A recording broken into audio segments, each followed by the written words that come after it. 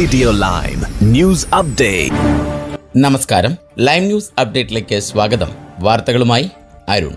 A1 മോട്ടോർവേയിൽ ഇതുവരെ ദർശിക്കാത്ത വാഹനാപകടത്തിനാണ് Britain കഴിഞ്ഞ ദിവസം സാക്ഷ്യം വഹിച്ചത്. 5 വാഹനങ്ങൾ കൂട്ടിയിടിച്ച് മോട്ടോർവേയുടെ ഒരു ഭാഗത്തെ ഗതാഗതം പൂർണ്ണമായും നിലച്ചു. ഏറ്റവും പ്രധാനപ്പെട്ട കാര്യം കൂട്ടിയിടിയിൽ ഉൾപ്പെട്ട 5 വാഹനങ്ങളിൽ 4 കാറുകളും പോലീസ് വാഹനങ്ങളായിരുന്നു എന്നതാണ്. ന്യൂകാസിൽ ജംഗ്ഷൻ 75-ന് സമീപം പുലർച്ചെ 2:30 തൊട്ടു മുൻപാണ് അപകടം നടന്നത്. സംഭവ സ്ഥലത്ത് നിന്നുള്ള ചിത്രങ്ങളിൽ തകർന്നു തരിപ്പണമായ പോലീസ് വാഹനങ്ങൾ കാണാം. സംഭവത്തെക്കുറിച്ച് പോലീസ് കാര്യമായ അന്വേഷണം നടത്തി വരികയാണ് എന്നാണ് റിപ്പോർട്ടുകൾ. ഇത്രയും പോലീസ് വാഹനങ്ങൾ ഒരേ സമയം ഒരു അപകടത്തിൽ ഉൾപ്പെടാനുള്ള കാരണത്തെക്കുറിച്ചുള്ള കൂടുതൽ വിവരങ്ങൾ ഉടനെ പുറത്തുവരുമെന്നാണ് കരുതുന്നത്. സംഭവത്തെ തുടർന്ന് ഇതുവഴി യാത്ര ചെയ്യാൻ ഇരുന്നവരോട് ബദൽ യാത്രാമാർഗങ്ങൾ കഴിഞ്ഞ ദിവസം നിർദ്ദേശിച്ചിട്ടുണ്ടായിരുന്നു പോലീസ്.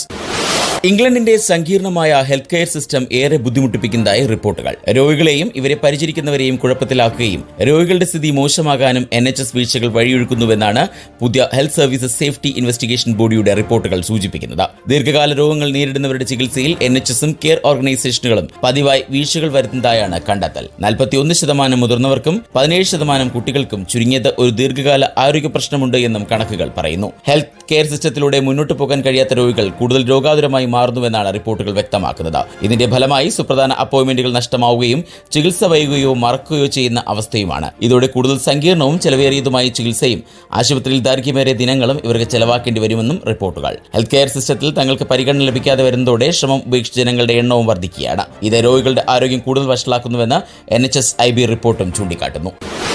ഇന്ത്യയും UKയും തമ്മിലുള്ള സ്വതന്ത്ര വ്യാപാര കരാർ സംബന്ധിച്ച് 90% കാര്യങ്ങളിലും പരസ്പര ധാരണയിൽ എത്തിയതായി റിപ്പോർട്ട്. ഇന്ത്യയുമായി വ്യാപാര കരാർ ഉറപ്പിക്കുന്നത് ഏറെ പ്രതീക്ഷയോടെയാണ് UK നോക്കിക്കാണുന്നത്.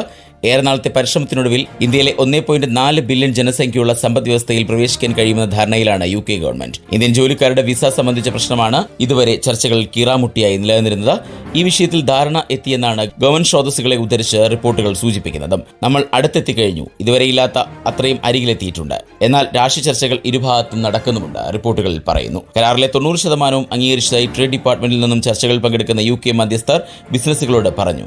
വിസ്കി, കാർ, ഫാർമസി തുടങ്ങിയ വിഷയങ്ങളിൽ നിലനിന്ന അഭിപ്രായ വ്യത്യാസങ്ങളും പരിഹരിച്ചിട്ടുണ്ട്. ഈ കരാർ അംഗീകരിക്കപ്പെട്ടാൽ ഇന്ത്യയിലേക്കുള്ള സ്കോച്ച്, വിസ്കി, കാർ ഇറക്കുമതി എന്നിവയിൽ നികുതികൾ വൻതോതിൽ കുറയും. ഡൊണാൾഡ് ട്രംപിന്റെ US താരിഫ് മൂലം ആഘാതം നേരിടുന്ന 2 മേഖലകൾക്കാണ് ഇതോടെ പുതിയ വിപണി തുറന്നു കിട്ടുന്നത്. റേച്ചൽ റീവ്സ് ഇന്ത്യൻ ധനകാര്യമന്ത്രി നിർമ്മല സീതാരാമനുമായി ഉഭയകക്ഷി നിക്ഷേപ കരാർ സംബന്ധിച്ചും ഇതോടൊപ്പം ചർച്ചകൾ നടത്തിയെന്നും റിപ്പോർട്ടിൽ പറയുന്നു. ഇനി നാട്ടിലെ വാർത്തകൾ. സംസ്ഥാനത്ത് വിവിധ എയ്ഡഡ് സ്കൂളുകളിലായി 3025 ഒഴിവുകൾ ഭിന്നശേഷി നിയമനത്തിനായി റിപ്പോർട്ട് ചെയ്തിട്ടുണ്ടെന്ന് വിദ്യാഭ്യാസ മന്ത്രി അറിയിച്ചു. രാഷ്ട്ര സമർപ്പിക്കേണ്ട 1188 കോർപ്പറേറ്റ് മാനേജർമാരിൽ 826 പേർ സമർപ്പിച്ചു. 4821 വ്യക്തിഗത മാനേജർമാരിൽ 2996 പേർ സമർപ്പിച്ചു. എയ്ഡഡ് സ്കൂളുകളിൽ നിയമിച്ച 1204 ഭിന്നശേഷി ഉദ്യോഗാർത്ഥികളിൽ 580 പേരെ നിയമിച്ചത് എംപ്ലോയ്മെന്റ് എക്സ്ചേഞ്ച് വഴിയാണ്. എംപ്ലോയ്മെന്റ് എക്സ്ചേഞ്ചുകളിൽ രജിസ്റ്റർ ചെയ്തിട്ടുള്ള അധ്യാപക യോഗ്യതയുള്ള ഭിന്നശേഷി ഉദ്യോഗാർത്ഥികളുടെ എണ്ണം 1040 അനധ്യാപക യോഗ്യതയുള്ള ഭിന്നശേഷി ഉദ്യോഗാർത്ഥികളുടെ എണ്ണം 1,09,187 ഭിന്നശേഷി നിയമനം സംബന്ധിച്ച കാര്യങ്ങൾ ചർച്ച ചെയ്യാൻ മന്ത്രി ഉന്നത ഉദ്യോഗസ്ഥരുടെ യോഗം വിളിച്ചു ചേർത്ത യോഗത്തിലാണ് ഇക്കാര്യം അറിയിച്ചത്. സുപ്രീംകോടതി വിധിക്കനുസൃതമായി ഭിന്നശേഷി നിയമന അംഗീകാരത്തിന് വേണ്ട നടപടികൾ തുടരാൻ യോഗത്തിൽ മന്ത്രി നിർദ്ദേശിച്ചു. ഗുജറാത്തിലെ അഹമ്മദാബാദിൽ നടന്ന AICC സമ്മേളനത്തിൽ പങ്കെടുത്ത പ്രതിപക്ഷ നേതാവ് VD സതീശന്റെ ഷൂസിന് പിന്നാലെയായിരുന്നു കഴിഞ്ഞ ദിവസം സോഷ്യൽ മീഡിയ. ക്ലൗഡ് ടിൽറ്റിന്റെ വിലയേറിയ ഷൂസാണ് VD സതീശൻ ധരിച്ചതെന്നാണ് സോഷ്യൽ മീഡിയയിൽ ചിലർ കണ്ടെത്തിയത്. നേരത്തെ ഡൽഹിയിൽ ആരോഗ്യമന്ത്രി JP നദ്ദയെ കാണാനെത്തിയ മന്ത്രി വീണ ജോർജ് ധരിച്ച ബാഗ് വലിയ ചർച്ചയായിരുന്നു. വീണയുടെ ബാഗ് കണ്ടവർ സതീശന്റെ ഷൂ കാണാതെ പോകുന്നത് എങ്ങനെയെന്നായിരുന്നു ചില കമന്റുകളും. അതേസമയം സൈബർ പ്രചാരണത്തിന് മറുപടിയുമായി VD സതീശൻ രംഗത്തെത്തി. 3 ലക്ഷം രൂപയുടെ ഷൂ ഇട്ടെന്നാണ് CPM സൈബർ ഹാൻഡിലുകളാണ് പ്രചരിപ്പിച്ചത്. ആര് വന്നാലും 5000 രൂപയ്ക്ക് ആ ഷൂ നൽകാം. 3 ലക്ഷം രൂപയുടെ ഷൂ 5000 രൂപയ്ക്ക് ഞാൻ നൽകാം. ഇതിൽ കൂടുതൽ എനിക്ക് ചെയ്യാനാകില്ല എന്നും അദ്ദേഹം പറഞ്ഞു. ഞാൻ ഉപയോഗിച്ച ഷൂവിന് ഇന്ത്യയിലെ വില 9000 രൂപയാണ്. പുറത്ത് അതിലും കുറവാണ് എന്നും അദ്ദേഹം പറഞ്ഞു. സംസ്ഥാനത്തെ പൊതുവിദ്യാലയങ്ങളിലെ അടുക്കളകൾ സ്മാർട്ടാകുന്നു. സംസ്ഥാന സർക്കാരിന്റെ നെറ്റ് സീറോ കാർബൺ കേരളം പദ്ധതിയുടെ ഭാഗമായി വൈദ്യുതി വകുപ്പിന്റെ എനർജി മാനേജ്മെന്റ് സെന്ററിന്റെ പിന്തുണയോടെയാണ് സ്മാർട്ട് ഇലക്ട്രിക് കിച്ചണുകൾ നടപ്പിലാക്കുന്നത്. സംസ്ഥാനത്തെ സ്കൂളുകളിൽ ആദ്യമായാണ് ഇത്തരമൊരു സംരംഭം നടപ്പിലാക്കുന്നത്. സൗരോർജ്ജം ഉപയോഗിച്ചാണ് സ്മാർട്ട് കിച്ചൺ പ്രവർത്തിക്കുക.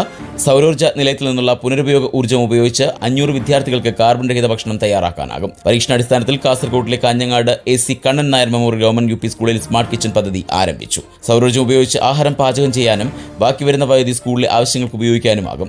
മിച്ച വൈദ്യുതി KCB ഗ്രിഡിലേക്ക് നൽകി വരുമാനവും നേടും വിധമാണ് പദ്ധതി നടപ്പിലാക്കുക. ഈ സംരംഭം 100% പുനരുപയോഗ ഊർജ്ജ ഉപയോഗം ഉറപ്പാക്കുകയും പരമ്പരാഗത പാചക രീതികൾ ഊർജ്ജക്ഷമതയുള്ള ബദലുകൾ ഉപയോഗിച്ച് മാറ്റിസ്ഥാപിക്കുകയുമാണ് ചെയ്യുന്നത് എന്നും സൂചിപ്പിക്കുന്നു. ഇനി സ്പോർട്സ് വാർത്തകൾ. യൂറോപ്പ ലീഗ് ക്വാർട്ടർ ഫൈനലിന്റെ ആദ്യ പാദത്തിൽ മാഞ്ചസ്റ്റർ യുണൈറ്റഡിന് സമനില. ലിയോണിനെതിരായ മത്സരമാണ്. യുണൈറ്റഡ് മത്സരം 2 ഗോൾ സമനിലയിൽ അവസാനിച്ചു. മത്സരത്തിൽ യുണൈറ്റഡ് ഗോൾ കീപ്പർ ആൻഡ്രെ ഒനാനയുടെ പിഴവുകളിൽ നിന്നായിരുന്നു ലിയോണിന്റെ 2 ഗോളുകളും പിറന്നത്. 25-ാം മിനിറ്റിൽ ലിയോണാണ് മത്സരത്തിൽ ആദ്യം ഗോൾ നേടിയത്.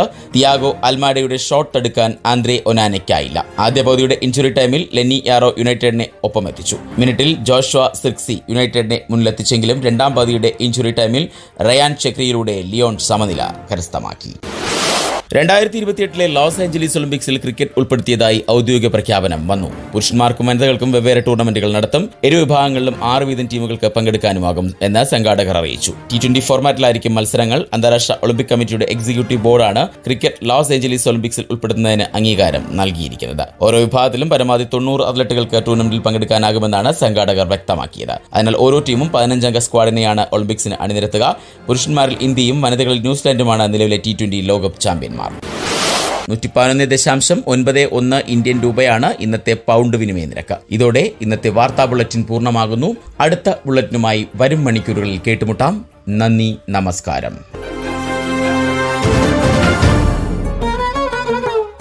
കൂടുതൽ വാർത്തകൾക്കും വിശേഷങ്ങൾക്കുമായി റേഡിയോ ലൈം ആപ്പ് ഡൗൺലോഡ് ചെയ്യൂ. പ്ലേ സ്റ്റോറിൽ നിന്നും ആപ്പ് സ്റ്റോറിൽ നിന്നും. Radio Lime.